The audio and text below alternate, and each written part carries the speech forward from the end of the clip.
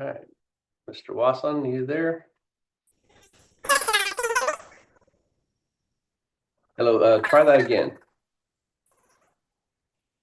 Okay, we're having some difficulty there. Can you hear me now? Yeah, say it again? Can you hear me now? Yes. Okay, Great. you're good now. All right. Uh, let me get well, first of all, let me just start off by saying the Sixth District Court of Appeal is now in session, and I want to thank everyone for rearranging their schedules. I'm joined today by Judge Keith White of the Sixth and Associate Judge Brian Lambert, who has been gracious with his time to assist us in a number of cases this year. We had a little bit of a crisis over the weekend, and I want to apologize for late notice and having to move this to a Zoom format. One of our family members came down sick over the weekend and then tested positive for COVID, and we felt it would be best not to have the Orange County Courthouse and all of you all exposed potentially. So we know it was tough on a holiday to get a hold of everyone, and I hope it wasn't too much of an inconvenience for anyone. So with that, I'm going to ask, is it Golan? Can you just tell me how you say your last name? Yes, Your Honor. It's Golem Bieski. It's a silent W. Okay, Golan Bieski. Okay. Welcome this morning, and Mr. Wasson, is that correct? It's Wasson, sir. Wasson, okay. Yes, sir.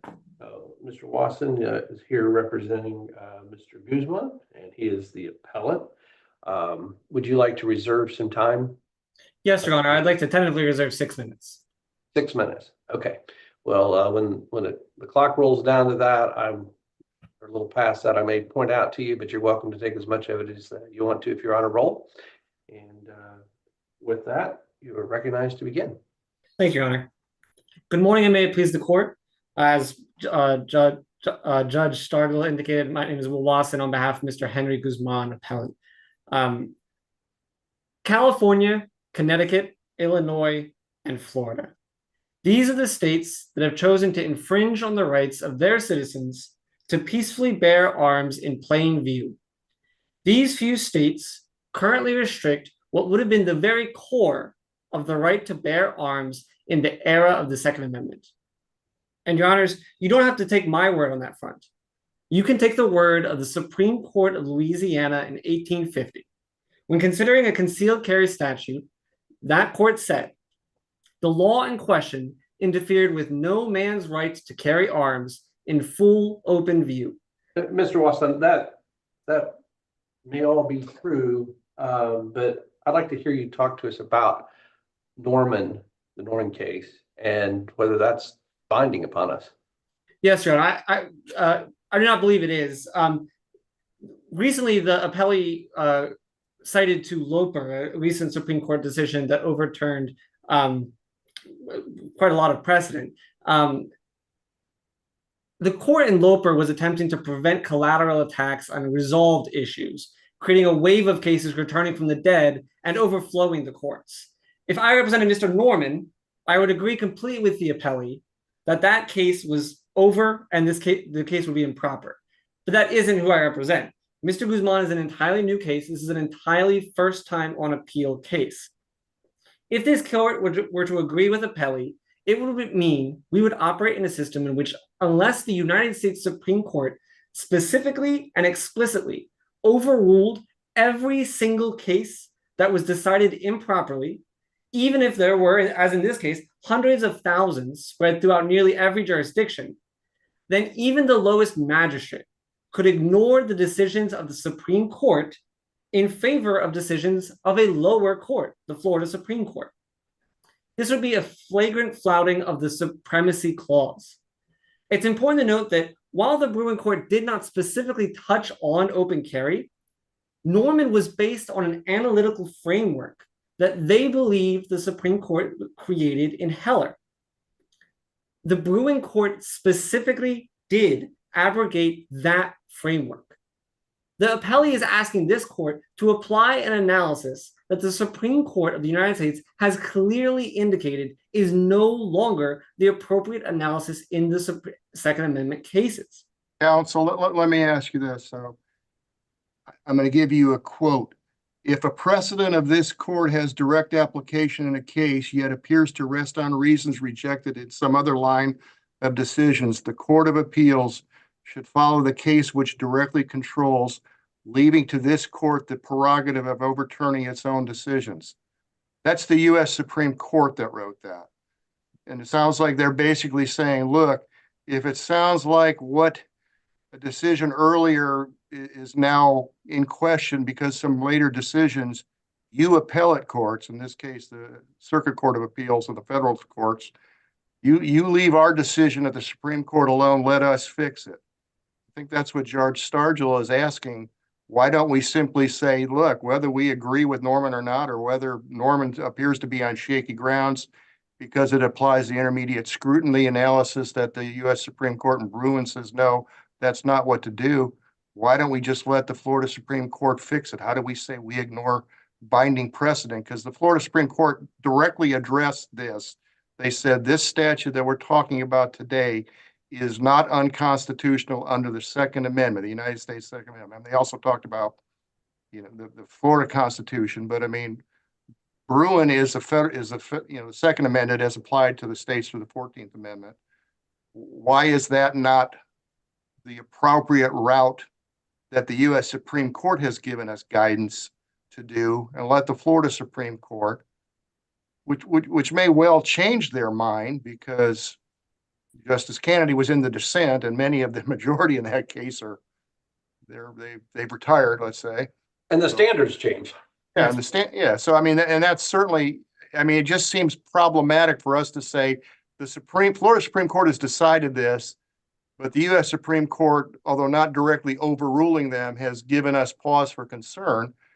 I mean, that we do that not infrequently. We say, look, we think that you guys meant this or shouldn't mean this anymore, but you guys are the higher pay grade. You decide whether you're wrong or not.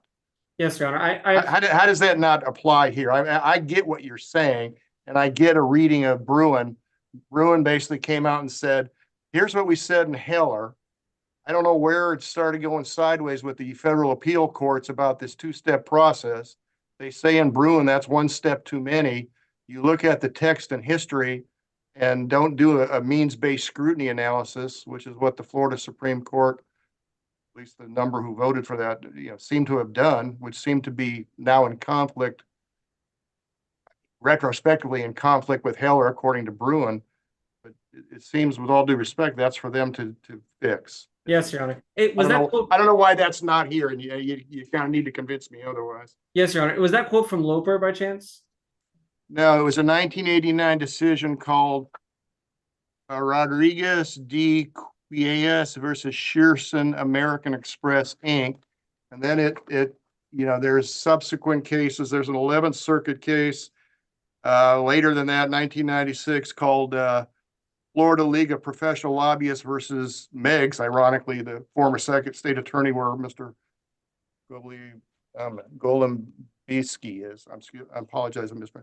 In that case, the Court of Appeals is not at liberty to disregard binding case law that's closely on point and has been only weakened rather than directly ruled by the Supreme Court. That's the 11th Circuit Court of Appeals, and that seems even more direct here that it seems Bruin has certainly weakened Norman, but as you point out, there's lots of cases, and Bruin didn't talk about Norman, and it seems under that case that we would say, looks like the U.S. Supreme Court has changed the course here, Florida Supreme Court. What do you think about your opinion now? Yeah, yes, sir. So I would say two things. First, I would say that this kind of thinking didn't stop the court in Rahimi, the appeals court in Rahimi, the appeals court in Range, the appeals court in Tedder. The several federal appellate courts have taken the position that prior rulings are now done. They're no longer the controlling rulings because Bruin has directly overruled. But is it their? I mean, for example, I know the 6th DCA didn't exist when this all, but I mean, if the 6th DCA had said let's say there was no Norman case and the sixth DCA had said, yeah, we're applied an intermediate scrutiny based test. And this is, and the statute's constitutional. And then then Bruen comes out, then certainly the sixth DCA could say, never mind. We're, U.S. Supreme Court has told us this. They can change their own decision. I don't even know they need to go en banc. We don't have that discussion. We have ad nauseum discussions about that at the fifth.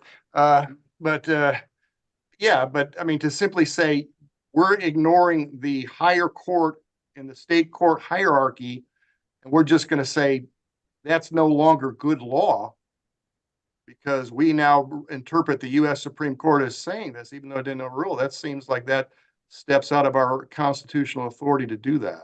I would disagree, Your Honor. Your Honor indicated that it would be problematic to ignore the Florida Supreme Court. I think it would, I think it would be more problematic to ignore the United States Supreme Court. I think that the United States Supreme Court does directly overturn Norman. Norman uses a framework that the United States Supreme Court says lower courts should not apply. By that same standard, that means that until the United States Supreme Court or the Florida Supreme Court specifically overturn every single case that dealt with the Second Amendment before Bruen, that lower courts should be using the framework, the analytical framework that the United States Supreme Court has indicated is incorrect. I don't think that's how, far be it from me to preach to Your Honors about how appellate law works. I just don't think that's how it works. The United States Supreme Court has set down a standard. That standard is the historical scrutiny test where the state is required to present historical analogs.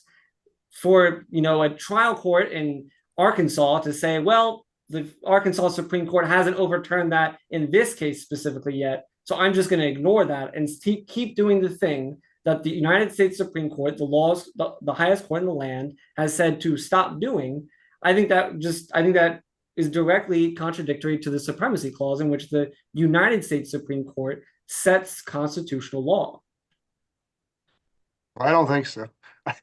I think they have to follow the higher courts in their state, and then if the higher courts are wrong because the U.S. Supreme Court, then obviously if no court has ruled on that in the state courts, I don't think that certainly the U.S. Supreme Court says what it says. But that being said, I think you and I differ, so I don't want to spend up more of your time. Thank you, Your Honor. Counsel, let's assume that we accept the argument you just made, and we say under these circumstances, we believe that we are bound by the framework in Bruen. We're bound by U.S. Supreme Court cases, and we will follow them if we think they have, in fact, overruled Florida Supreme Court law to the contrary. Help me with what I'm struggling with, and that is the posture of this case. You are mounting a facial constitutional challenge. So let's talk about Rahimi and the law there. Isn't it your burden to prove, and I'm quoting from Rahimi, that there is no set of circumstances under which this act would be valid? Yes, Your Honor, that is correct. So if that's the standard, regardless of this framework under Bruen in terms of the history, text, tradition, I'm accepting your argument for purposes of my question here. Don't you still fail? Because, in fact, can't we think of several circumstances? Those articulated in the state's answer brief, for example, where this law could be constitutionally applied to certain specific individuals, and therefore it fails a facial challenge. No, Your Honor, I don't believe so. The test for facial challenges is if the law, as it is currently written, is constitutional. And I agree with Your Honor about the reading of Rahimi. While it is true that there are some people who the state could lawfully regulate the Second Amendment rights of through a separate law that are also affected by the open carry ban, this does not mean that the facial challenge in this case fails. If a law banned all gatherings in a public park, just because that law may be constitutional as applied to riots, does not mean that law is constitutional as applied to those who are not intending to participate in a riot. The state wants this court to treat the Florida open carry ban as if it is actually a restriction on only those who are a threat to society or have some other reason as to why their Second Amendment rights can be infringed upon. but that is not the case. There is no doubt that the state has the ability to restrict the rights of felons from possessing weapons. There are ample analogs from the historical era, and I think Rahimi stands for that position. But the Florida Open but that's not what Chief Justice Roberts did. He articulated the no set of circumstances required. You have to prove that. Yes. And then said Rahimi's circumstances are just one example of a constitutional application. Yes, Your Honor. But so the difference between Rahimi and the Florida Open Carry ban is that the Florida Open Carry ban is a blanket ban. Just because that the state could conceivably restrict the rights of some people to use their Second Amendment rights does not mean that the state has the ability to target everyone together as with the Florida Open Carry ban. So, namely, But counsel, isn't that the reason you have as applied constitutional challenges for those individuals, for example, who are not felons, who are not in sensitive places? Perhaps as to them, this law is unconstitutional, but that's not the challenge that you've mounted here with us, is it? No, Your Honor.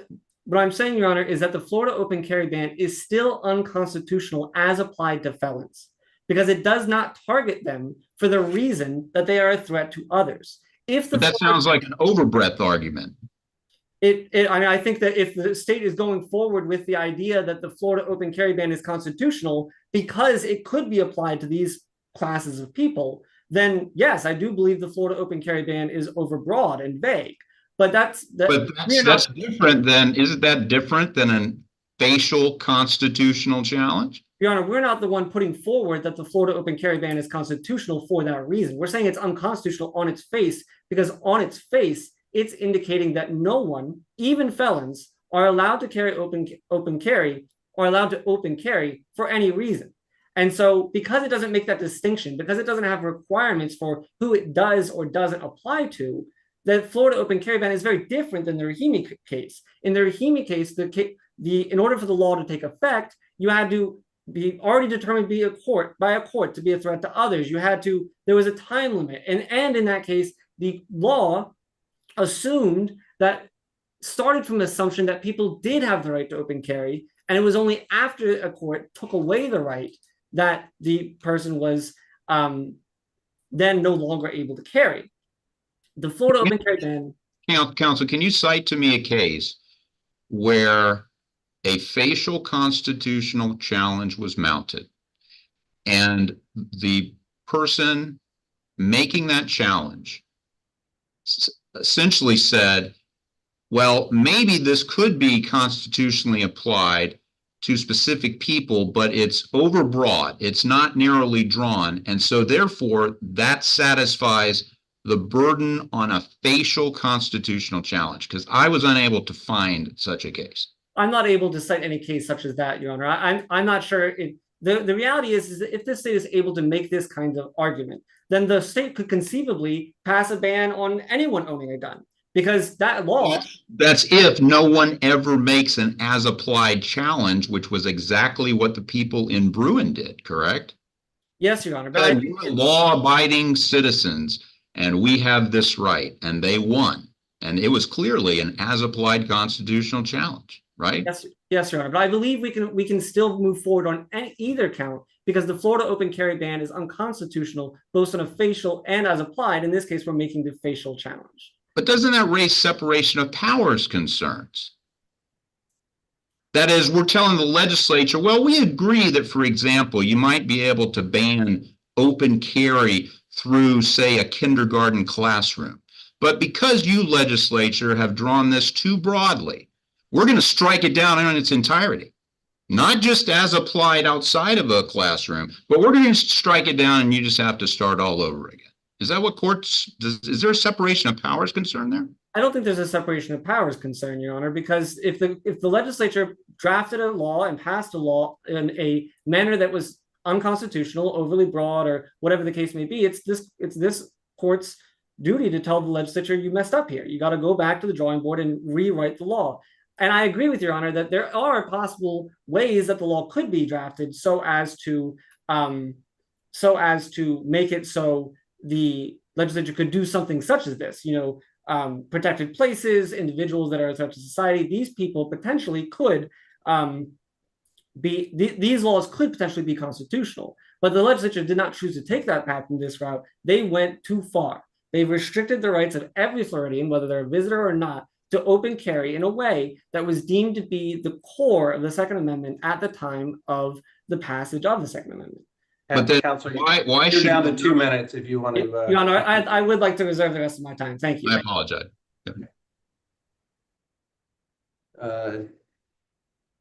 I'm not even going to try it, but you're recognized. Thank you, Your Honor. Kevin Golombiewski for the state of Florida. May it please the court. I'd like to pick up on Judge White's questioning. I think that the questioning is spot on about the facial challenge standard. Facial challenges are disfavored. The Supreme Court said that this term in Rahimi and the Net Choice v. Moody case because they threaten to short circuit the democratic process and strike down laws with valid applications. They require speculation about future enforcement. And so they are hard to win. And here, Rahimi applied one of the most onerous facial challenge standards in the Second Amendment context. That's Salerno. And under Salerno, if our law on its face has any valid applications, it is constitutional and survives a facial challenge. Now here, our law certainly could be validly applied to individuals who openly carry in sensitive places like courthouses or elementary schools. That's fully consistent with history and tradition. Our law could also be validly applied to individuals who openly carry in a terrifying manner. Now, this court doesn't have to wade into the facts of this case at all under Salerno, but Mr. Guzman's facts are illustrative.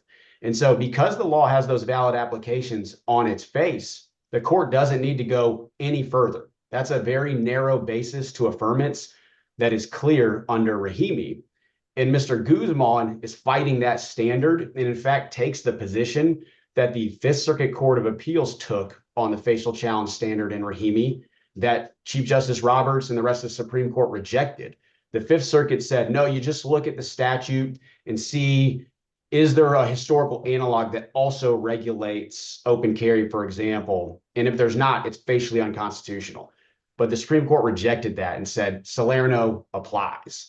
And so that's one basis that this court can take to uphold the conviction below.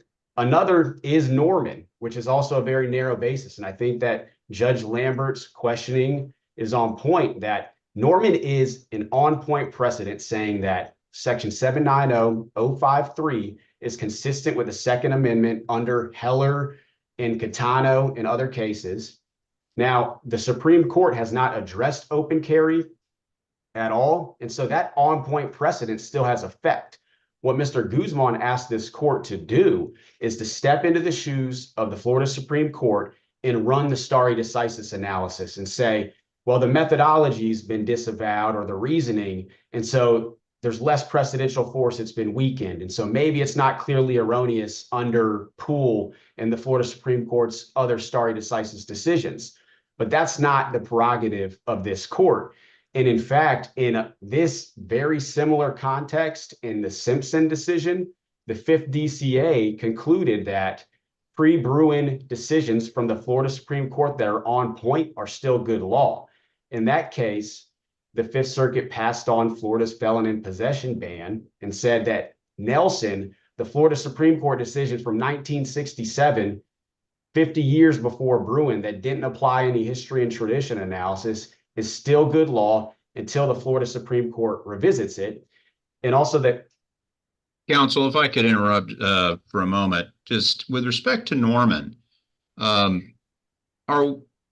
are we actually bound by Norman? Because I read Norman to be a plurality decision. Justice Parente wrote it, Justice Labarga joined with Quince, Justice Quince, and then Justice Lewis concurs in result. So in terms of under the definition, Florida Supreme Court definition, for example, in the Pedroza case of what a holding is this a holding that actually binds us? I think when you have the one justice concurring in the result to get to 4, then just the bottom line conclusion upholding the facial validity of the law is binding and should be binding on lower courts. Maybe other holdings made in the case in applying particular analysis wouldn't be binding because the final justice didn't sign on to that, but the ultimate legal conclusion is binding on lower courts. But so are you saying that their methodology of analysis, since it wasn't specifically adopted by Justice Lewis, that would not bind us? I don't think the methodology would be binding. And that's one reason why we think it's still good law, because the methodology is how it got there. But Norman's ultimate holding or conclusion is resolving a claim that 053 is not facially unconstitutional. And that survives. We have 4 justices signing on to that bottom line result. And that still has precedential force, even if the methodology doesn't have precedential force. But we concede that the methodology has been disavowed and is wrong, but it's our position that it's the Florida Supreme Court to revisit that and decide, well, does that weaken and put Norman on its last legs such that it can be set aside? Not the prerogative of this court to do that. And so we think, for example, the Kelly case we cite from the 4th District approach a similar circumstance. And the typical way the appellate courts approach this is they'll certify a question of great public importance and say, it looks like Norman's on its last legs. Its methodology's been disavowed, but its holding still there and binds us. So the Florida Supreme Court can pass on it. This court, even if this court just passes on the legal validity of our law, then the Florida Supreme Court would have discretionary jurisdiction in this case as well. And so both Norman and the Salerno standard really streamline this case. And I think Rahimi makes this a straightforward case in that regard. On Salerno, we think the law, of course, is valid in all applications because there's a history and tradition of regulating one manner of carry while leaving open another. But that's a broader question this court wouldn't have to get to if it resolves it on the straightforward, very specific valid applications of sensitive places and individuals who carry to the terror of the people. And on the open carry analysis in comparison to the concealed carry bans, I just want to make a few points on that. Mr. Guzman relies and cited today Range, Daniels, and the Fifth Circuit's Rahimi decision, all of which have been vacated post-Rahimi, because Rahimi clarified that the court's analysis when undertaking the history and tradition test is identifying whether the modern law is consistent with the principles underpinning our regulatory tradition. And the regulatory tradition here is the concealed carry bans and other manner restrictions we've identified. And Bruen already identified the principles underpinning that tradition, that you can regulate one manner of carry while leaving open another. Our legislature has done that here, so it has not exceeded that historical limit. More is not required. A historical twin or cousin isn't required, but that's the same wrong turn that Mr. Guzman takes.